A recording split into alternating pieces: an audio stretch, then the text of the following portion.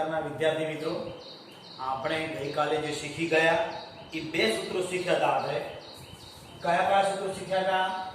x + y નો square બરાબર x square + y square + 2xy. આ એક સૂત્ર શીખ્યા હતા.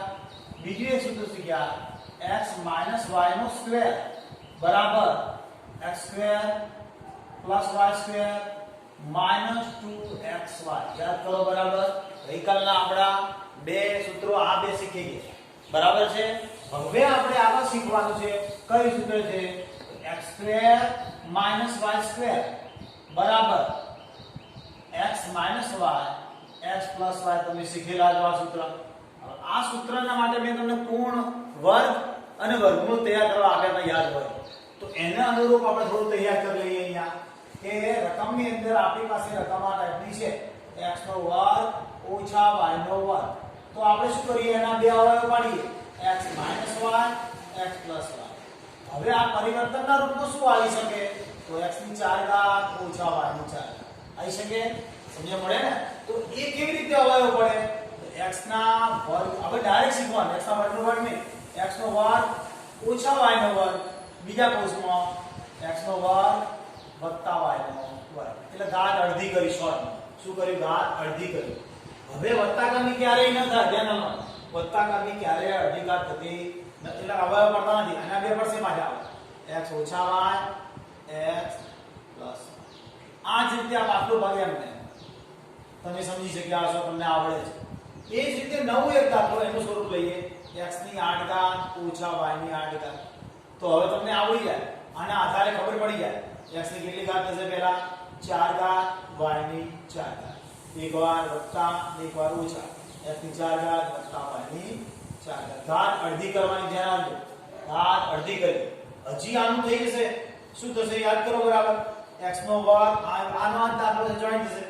x નો વર્ગ ઓછા y નો વર્ગ બીજા કૌંસમાં x નો વર્ગ વત્તા y નો વર્ગ. એ જ રીતે અહીં x ની 4 ઘાત વત્તા y ની 4 ઘાત. બરાબર છે. હવે હજી આગળ થશે. આગળ આપણે શીખ્યા હવે x નો વર્ગ એટલે x ઓછા y x વત્તા y. આના બે ભાગ. એ જ રીતે આ વત્તા વાળા પદનું કશું જ ના થાય. હવે તમે સમજી શકો છો. બરાબર છે. હવે આને અનુરૂપ દાખલો બીજો એક મૂકીએ આપણે. 121 p નો 4 ઘાત ઓછા 1 ખાલી 1 મૂકીએ છીએ તો શું થાય? તો તમને જાતે આવડી જવું જોઈએ. આવી રીતે પદ નહીં મૂકવા રહેવાનું. 11 p નો વર્ગ નો વર્ગ -1 નો વર્ગ. આ બધું કયા 8મા અને 7મા ના દાખલાઓમાં તમે ગણ્યું છે. એટલે હવે ડાયરેક્ટ આપણે આવવું જોઈએ કે 11 આના ઉપરથી 11 p નો વર્ગ ઓછા 1 બીજા કૌંસમાં 11 p નો વર્ગ વત્તા 1. ડાયરેક્ટ આના ઉપરથી ખબર પડી જવી જોઈએ. આ સ્ટેપ મૂકો ખોટું નથી, પણ હવે મોટા થયા કારણ આ બધું મૂકતા મૂકતા તો આયા છે ભાઈ આપણે. હવે આનું આગળ થતું નથી કે 11 જો અહીંયા તમે કરવા જાઓ તો હવે ઉપલા ધોરણના આધારે આપણે કરી શકીએ તો વર્ગમૂળમાં 11p - 1 બીજા કૌંસમાં વર્ગમૂળમાં 11p + 1 અને અંતમાં 11p નો વર્ગ વત્તા 1. બરાબર ધ્યાન આપો. ઉપલા ધોરણના આધારે આવા વર્ગમૂળના ભાગ પડે. ધ્યાન આપો બરાબર. તમે એટલા ધોરણમાં ભણ્યા તો કે x - 1 ના અવયવ ન પડે. આપણે આવું ટેવાયેલા છે. પણ હવે પડશે. કેવી રીતે? તો વર્ગમૂળમાં x ઓછા 1 અને વર્ગમૂળમાં x વત્તા 1. આપણે તરત મગજમાં આવવું જોઈએ. જે રીતે માં અહીં કર્યું 11 નથી તો એનો વર્ગમૂળમાં 11 ઓછા p વર્ગમૂળમાં 11p ઓછા 1 વર્ગમૂળમાં 11p વત્તા 1.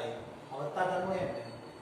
એ જ રીતે આના અવયવ વર્ગમૂળમાં x ઓછા 1 વર્ગમૂળમાં x વત્તા 1. આ તમારા માટે નવું શીખવાનું થયું અને આ પણ નવી માહિતી થઈ. બાકી તમને આવડતા આવા દાખલા તમે ગણેલા પણ આ નવીનતા તમને શીખવા મળી. એ સિવાય વધારાના અહીં આવે એટલે એક હોય તો તરત મૂકી શકીએ, ખબર પડે.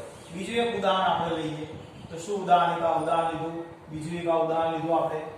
હવે ધારો કે 0.25 y નો વર્ગ. કોનો વર્ગ કરીએ છીએ? y નો વર્ગ ઓછા 0.09 p નો વર્ગ આવું છે. તો આ ખાસ શીખવાનું રહેશે તમારા માટે કે પોઈન્ટ 25 એ કોનો વર્ગ છે તો પોઈન્ટ 5 નો વર્ગ છે. યાદ કરો બરાબર. સમજાય છે? આ નવીનતા તમારા માટે શીખવાની. a માઈનસ કરી 0.3 p નો સ્ક્વેર. હવે આના બે અવયવ પડશે. શું પડશે તો 0.5y માઈનસ 0.3y એક વખત શું p છે તો અહીં y છે અહીં p છે બરાબર. એક વાર માઈનસ બીજી વાર પ્લસ 0.5y પ્લસ 0.3p બરાબર. એક વાર પ્લસ અને માઈનસ. એ સિવાય ત્રિકોણમિતિના સ્વરૂપમાં ઉદાહરણ આવી શકે કે sin નો વર્ગ થીટા માઈનસ cos નો વર્ગ થીટા બરાબર. તો શું થાય તો તમને જાતે ખબર પડી જાય એક વાર પ્લસ ના માઈનસ કે sin theta minus cos theta બીજા કોષમાં sin theta plus cos theta. એટલે આપણે આ એક વસ્તુ પૂરી કરી. વર્ગનું વિસ્તરણ કર્યું આ અવયવ પડે કહેવાય. શું કહેવાય? અવયવ પડે બરાબર. હવે આપણે ઘનના અવયવ x નો ઘન માઈનસ y નો ઘન તો શું થાય એ શીખ્યું. ધ્યાન આપજો. તો x નો ઘન માઈનસ y નો ઘન હોય તો એનું સૂત્ર આવું થાય x માઈનસ y બીજા કોષમાં x square plus xy plus y square બરાબર. ધ્યાન આપજો. આ ભૂલ ખૂબ પડે છે. ધ્યાન આપજો. x માઈનસ y તો x માઈનસ y આયા x square plus xy plus y square. એ જ રીતે અહીંયા x નો ઘન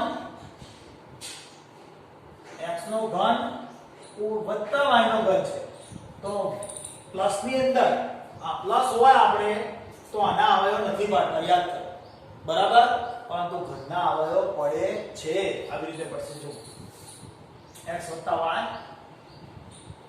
બીજા કોષમાં x સ્ક્વેર પછી ચિહ્ન અહીંથી ઉલટું આવે જો અહીં માઈનસ હતું પ્લસ થયું તો આ પ્લસ છે તો કેવું થશે માઈનસ xy વત્તા y છેલ્લે વત્તા થાય છે.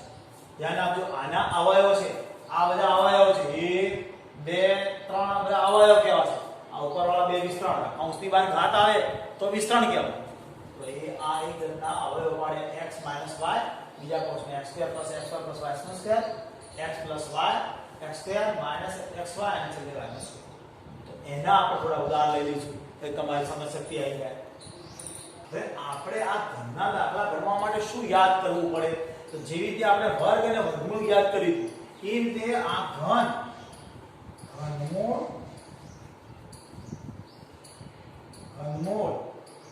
અને ઘન આ યાદ કરવું પડશે. દાખલા તરીકે 1 નો ઘન તો 1 જ થાય.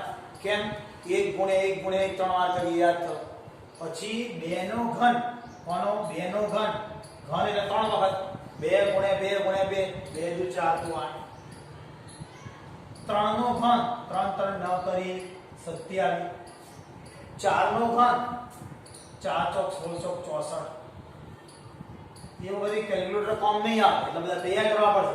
5 નો ઘન 125 બરાબર. યાદ રહેશે ને. એ જ રીતે 6 નો ઘન કેટલો આવશે 216. આ રીતે તમારે ઓછામાં ઓછા 20 સુધી તૈયાર કરવાનું. જે રીતે વર્ગમૂળ મેં કહ્યું હતું વર્ગ અને વર્ગમૂળ 30 સુધી કીધા યાદ કરો. એ રીતે ઘન અને વર્ગમૂળ 20 સુધી તૈયાર કરી લેવાના. અત્યારે વેકેશનનો સમય છે તૈયાર કરવા ઘડિયાળ તૈયાર કરવા. જેટલા તૈયાર કરશો એટલું જી નીટમાં આપવામાં આવશે. જીમો અને નીટમાં એ વખત એક કેલ્ક્યુલેટર સાથે રહેતો નથી. હવે આ ઘનના શા માટે ઉપયોગ શીખવાડ્યો? એક સૂત્ર આ શીખ્યા x નો ઘન ઓછા y ના ઘન. તો આનું સૂત્ર આવું થાય છે x - y સીધું બરાબર x2 આ માઈનસ નું અહીંયા પ્લસ થાય છે તેના અને આ છેલ્લે તો પ્લસ જ આવે વર્ગ છે. આ યાદ રાખો. એવું ને એવું અહીંયા માઈનસ ના પ્લસ ના અવયવ સમજીએ. x + y નો x નો અને y નો બેનો ઘન છે. કૌંસમાં ઘન નથી ધ્યાન આપજો. તો શું થશે અહીંયા x + y બીજા કોષમાં x2 પ્લસ નું પ્લસ આવી ધ્યાન આપજો. અને અહીં ચિહ્ન બદલાય અહીંયા માઈનસ xy છેલ્લે તો વત્તા જ આવશે. ધ્યાન આપજો બરાબર. આ બંને સૂત્રોમાં ભૂલ પડે છે ધ્યાન આપજો બરાબર છે હવે શું થાય તો આના અનુરૂપ દાખલા આપણે લઈએ તો કેટલા લખશું તો પહેલું ઉદાહરણ લઈએ છીએ આપણે તો ઉદાહરણ નંબર 1 a p નો ક્યુબ માઈનસ 125 q નો આ p નો ક્યુબ તો આ q નો આપણે p ક્યુબ की જોડીમાં આ ક્યુબ છે તો શું કરવાનું તો આપણને તરત મોટામાં આ આવડતું હોય તો તરત આવડે કે 8 નું કેટલું થશે ઘનમૂળ 2 તો શું મુકાશે અહીંયા 2p સમજાય છે 2p આનું ઘનમૂળ કરી દેજો માઈનસ આનું ઘનમૂળ કેટલું 125 છે તો 5 આપણે તરત મગજમાં લાઈટ આવી જાય એટલે 5 ક્યુબ આ પહેલું આવી જાય બીજી વખતે બીજા કૌંસમાં આપણને યાદ રહેવું જોઈએ કે આનો વર્ગ એટલે 4p નો વર્ગ બરાબર આ માઈનસ છે તો પ્લસ થાય આપણને ખબર છે પછી બગડો નથી લેવાનો એક્સ્ટ્રા કારણ કે અહીંયા કોઈ ઘાત નથી એટલે 5 દુ 10 p અને q 5 દુ 10 p q અને છેલ્લે 5 નો વર્ગ 25 q નો 25 એટલે વચ્ચે આવે 25 q નો શું થશે બોલો q વિભાગ અહીંયા વર્ગ આવે 25 કરે તો વર્ગ કરે એટલે વર્ગ બરાબર બેસિક મગજમાં હવે આપણે બીજી એક રકમ લઈએ શું લઈએ તો ત્રિકોણમિતિને અનુરૂપ લઈએ છીએ ઉદાહરણ તરીકે sin નો ઘન માઈનસ cos નો ઘન થીટા ત્રિકોણમિતિનું સ્વરૂપ છે તો sin નો ઘન એટલે કેટલું આવશે તો sin theta minus cos theta બીજા કૌંસની અંદર sin નો સ્ક્વેર થીટા માઈનસ નો plus sin theta cos theta બગડો ના આવે ધ્યાન આલો વર્ગનું વિષમ હોય તો જ બગડો આવે વત્તા cos નો વર્ગ થીટા બરાબર હવે વધારામાં આગળ સાદુરૂપ થાય છે sin theta minus cos theta બરાબર તમે લગભગ 10માના પ્રેક્ટિસના દાખલામાં આવા હતા આ sin સ્ક્વેર cos સ્ક્વેર એક થાય sin square plus cos square હવે એ જોડે લાવવાની કોઈ જરૂર નહીં 10માં સાહેબ જોડે લાવતા એવું જરૂર નહીં sin સ્ક્વેર cos સ્ક્વેર નો એક થઈ જાય વત્તા sin થીટા ઇન્ટુ cos સમજ્યા આ તમને આવડી ગયું છે બરાબર આમાં ત્રિકોણમિતિનો હવે પોઈન્ટ વાળા દાખલા બાકી તો પોઈન્ટ વાળા આપણે લઈએ અહીં ધ્યાન આપજો કે પોઈન્ટ કેટલાનો ઘન થશે જોઈને ખબર પડે ત્રણ અક્ષરો છે અને 8 એટલે કોનું 0.2 એટલે આ 0.2 કહેવાય છે ધ્યાન આપજો 0.2 નો ક્યુબ છે આનો 0.2x નો ક્યુબ થશે બરાબર માઈનસ પોઈન્ટ કેટલા થશે 5 y નો ક્યુબ 0.2x નો ઘન માઈનસ 0.5 y નો ઘન આનું ચેક કરી લેવાનું મગજની તરત જ ત્રણ અક્ષર આ રીતના પોઈન્ટ ત્રણ અક્ષર હશે પણ અહીંયા એક જ અક્ષર છે પોઈન્ટ અહીંયા ત્રણ અક્ષર થયા અહીંયા 2 થયા અહીંયા 125 છે પણ આ ઘણા છે આ 3 અને આ 2 થયા આ ત્રણ અક્ષરનો પોઈન્ટ પહોંચ્યો હવે પછી સાદુરૂપ સરળ પડશે કે શું આવશે 0.2x minus 0.5y બીજા કૌંસમાં ઇન અધર બ્રેકેટ 0.2 નો વર્ગ આમ ખબર ના પડે એક્સ્ટ્રા બધા લખાય સમજા અપવર્ડ સાદુરૂપ કહેવાય 0.2 નો સ્ક્વેર માઈનસ ની જગ્યાએ પ્લસ આવશે 0.2x અને બીજા કયા આવશે 0.25y બરાબર ને વત્તા 0.5y નો સ્ક્વેર હવે આનું સાદુરૂપ લખીશ એટલે શું થશે 0.2x 0.5y બીજા કૌંસમાં શું થશે તો આનો વર્ગ કરશું તો 0.04 થશે ધ્યાન રાખજો x નો વર્ગ કેમ પોઈન્ટ પછી બે આવડા છે 0.04 આ સમજવાનું રહેશે વત્તા આ બંનેનો ગુણાકાર કરશું તો કેટલો થશે તો જોઈજો 5 દુના 10 કેટલા થયા 5 દુના 10 પોઈન્ટ કેટલા કપાય આ 5 દુના પોઈન્ટ 1 આ અને 1 આ 2 એટલે પોઈન્ટ 10xy થશે કેટલા 10xy બરાબર વત્તા 0.25 y નો વર્ગ આ ધ્યાન આપજો ગુણાકાર 2.5 ના થાય 0.5 નો વર્ગ કરશો 0.25 થશે ધ્યાન આપજો 2.5 ના થાય એ ખાસ ધ્યાન આપજો બરાબર આવા પોઈન્ટ વાળા આવે તો તમે ગણી શકો આવા પ્રેક્ટિસ માટે વત્તાના તમે ગણી શકશો હવે વધારે ટાઈમ આપણે લેવો નથી કારણ કે બીજા ઘણા બધા ગણવાનું બાકી છે બરાબર તો હવે આપણે લઈએ બીજું હવે અવયવ શીખ્યા પણ વિસ્તરણ કયું જેવી રીતે x y કૌંસની બહાર વર્ગ હતો એ જ રીતે x - y કૌંસની બહાર ક્યુબ આનું શીખવું જ પડશે એને વિસ્તરણ કહેવાય આ અવયવો છે જેના અલગ અલગ વર્ગ કે ઘન હોય તો અવયવો થાય અને આ વિસ્તરણ થાય ધ્યાન રાખજો હજી એ વસ્તુ ક્લિયર નથી હોતી ઘણીવાર છોકરાઓ આને અવયવ કહેવાશે અલગ અલગ ઘન કે વર્ગ હોય થાય ચાર ઘાત હોય તોય અને કૌંસની બહાર વર્ગ આવે એટલે એને વિસ્તરણ કહેવાય હવે આનું વિસ્તરણ આપણે શીખ્યા તમે શીખીને આયા નવમા ધોરણમાં ખાસ કરી બરાબર તો શું આવે પહેલા પદનો ઘન બે નામ પહેલા પદનો ઘન બીજા પદનો ઘન બરાબર માઈનસ 3xy બીજા કૌંસમાં x માઈનસ y આખો કૌંસ હવે ઘણા વિદ્યાર્થીઓ આવું શીખેલા છે તો પણ ચાલશે x નો ઘન માઈનસ y નો ઘન માઈનસ આ બંનેનો ગુણાકાર કરી દઈએ 3x2y અને ગુણી પ્લસ કરીએ 3xy નો સ્ક્વેર આ ધ્યાન આપજો તમે આ સૂત્ર વાપરશો તો પણ ચાલશે આ સૂત્ર વાપરશો તો પણ ચાલશે આ વર્ગને અનુરૂપ યાદ રહે એટલા માટે પહેલા પદનો ઘન બીજા પદનો ઘન 3 મૂકીને આ બે પેલા 2 હતું તો 2 મૂકીને મુક્ત રાખો યાદ કરો પણ ઘન છે એટલે વધારાના કૌંસ આવે આટલું મગજમાં યાદ રાખો પછી સાદું તો આપણે આપીશું અને તમને જો આવું ડાયરેક્ટ યાદ રહે તો પણ ચાલે કોઈ તકલીફ નહીં એવું ને એવું x y કૌંસની બહાર ઘન